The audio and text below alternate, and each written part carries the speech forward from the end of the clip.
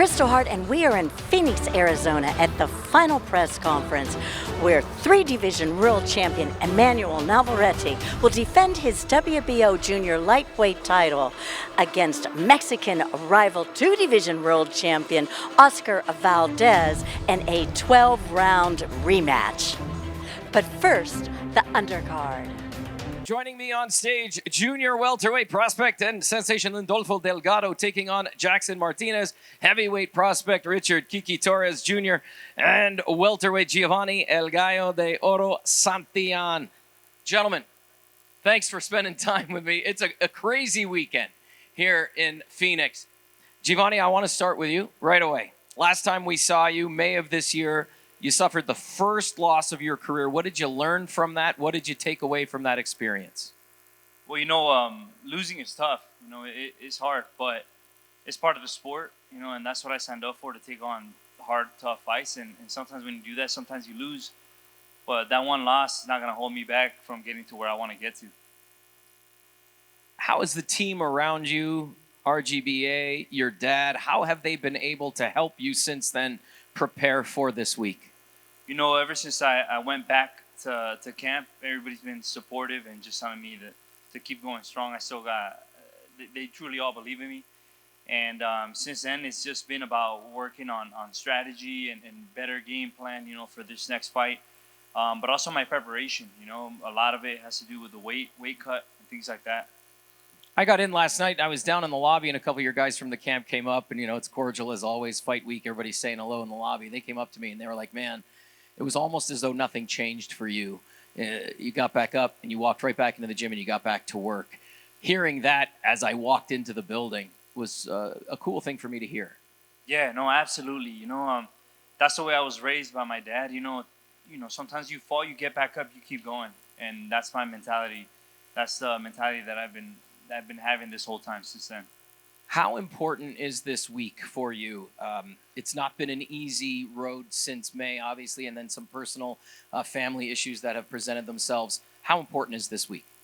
This is huge. We just had some tragic things happen in my family, but we keep pushing forward, and just like that loss, I don't hold on to it. I keep moving forward. I still got a lot of people and myself that I'm fighting for. So a lot to fight for this weekend.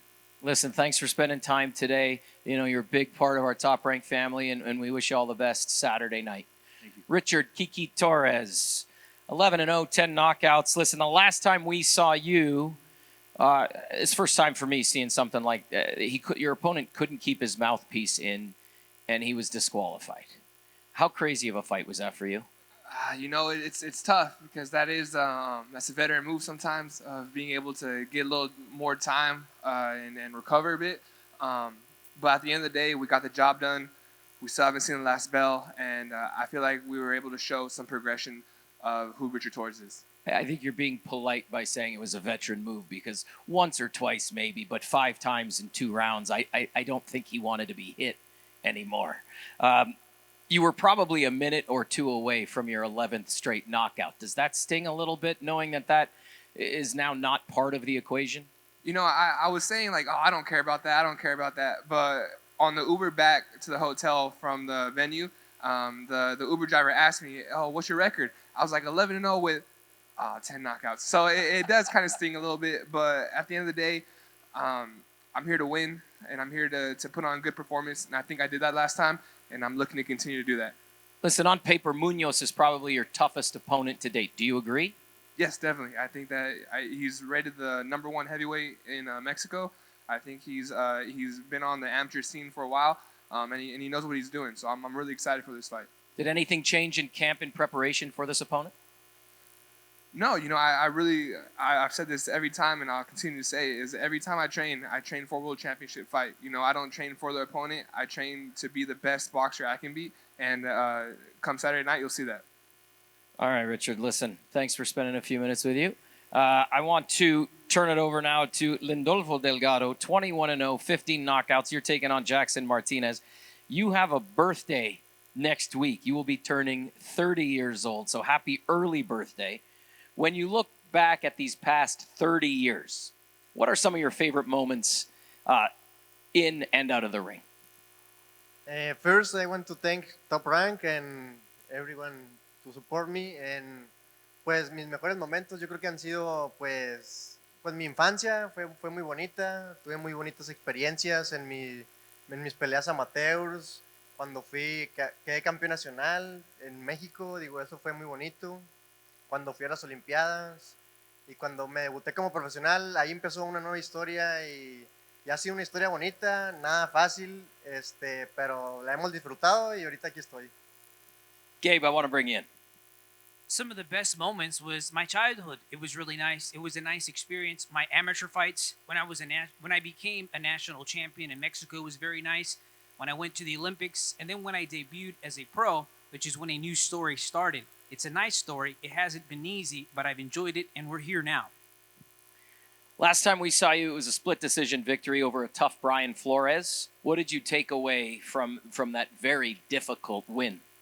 Sí, pues la verdad que fue una pelea nada fácil, fue una pelea bien dura. Digo, he peleado con peleadores muy duros. Y pues la verdad que estoy contento por el resultado y estoy contento que haya sido la pelea de esa forma porque me saca de mi zona de confort y pues me empuja a seguir siendo mejor, a echándole ganas y a prepararme por lo que viene. It was a fight that wasn't easy. It was a tough fight. I've been fighting against tough fighters. I'm happy with the result. I'm happy it ended that way because it took me out of my comfort zone. It pushes me to be better, to work harder, and to prepare for what is next. Speaking of what is next, without looking beyond Saturday night, a statement showing against Jackson Martinez. Is it time for a title shot? That's a thing that I've been waiting for. Es algo que estaba esperando bien machín. Obviamente me tengo que enfocar en mi pelea. Es un peleador fuerte, es un peleador ya correteado. Pero es lo que estoy esperando, una oportunidad por un título del mundo. Creo que tengo con qué para darle a cualquiera que se me ponga ahorita o a cualquiera de los campeones. Estoy esperando nada más la oportunidad. That's what I've been waiting for. I'm focused on my fight because I know it's a tough fight, but that's what I've been hoping for, an opportunity for a world title. I have what it takes to fight against anyone and against any of those champs, so I'm just waiting for that opportunity. There's people in this room listening right now that can help make that happen. Gentlemen, again, I want to thank everybody here. Lindolfo Delgado, Richard Kiki Torres, Giovanni Santillan, thank you so much for your time today. We'll get you on the scale tomorrow. And I'm Kristal Hart reporting from Phoenix, Arizona. Hope you've enjoyed the show. Thanks for watching, and we'll see you at the fights.